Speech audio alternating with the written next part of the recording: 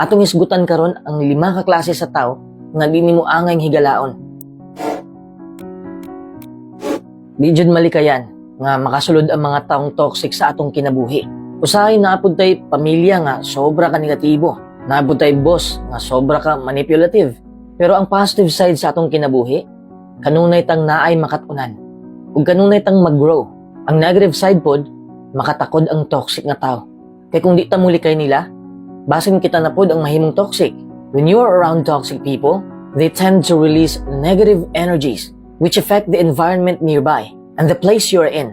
And you can't help yourself from getting affected due to it. Atong isgutan karon ang 5 ka klase sa tao nga di nimo angay higalaon. Number 1, mga taong reklamador.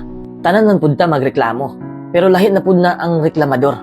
Kana bitang bisag nindot na kayo ang resulta sa sitwasyon, di gihapon sila satisfied. This creates anxiety not only for the one who complains, but also for the one who listens to that person. Ngunang kung mudikit gihapon ka sa mga taong reklamador, di jud ka magmalipayon. O kung di ka magmalipayon, wapoy progress imong kinabuhi. Kapoy manggud ka ubanon ang mga taong reklamador. Kay lisod manggud sila hatagag solusyon.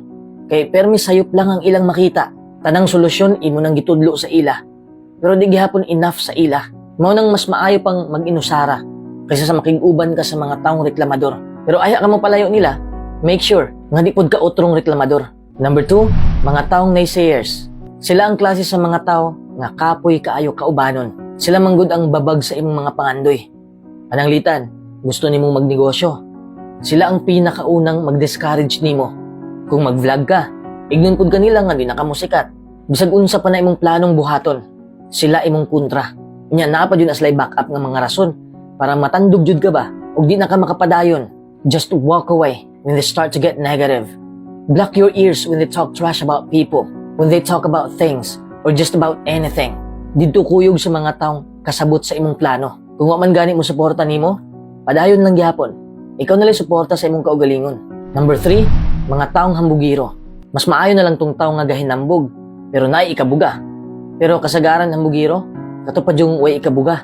The reason why people brag is they are seeking validation that they have done well or are doing well. They are seeking your opinion in order to judge themselves. Kung naa kay kaila nga hambugiro, palayo na lang daan. Nga naman, ilang pananaw sa imo kay kakompetensya. Di man sila gusto na imo labaw nila. Number 4, mga taong way respeto. Kanang bitong hilig mang distract, hilig mang disturbo. Napoy uban hilig kayo mosambat sa storya. Usahay manggod kinahanglan nga stricto pud ta para pud respetuhon ta sa uban.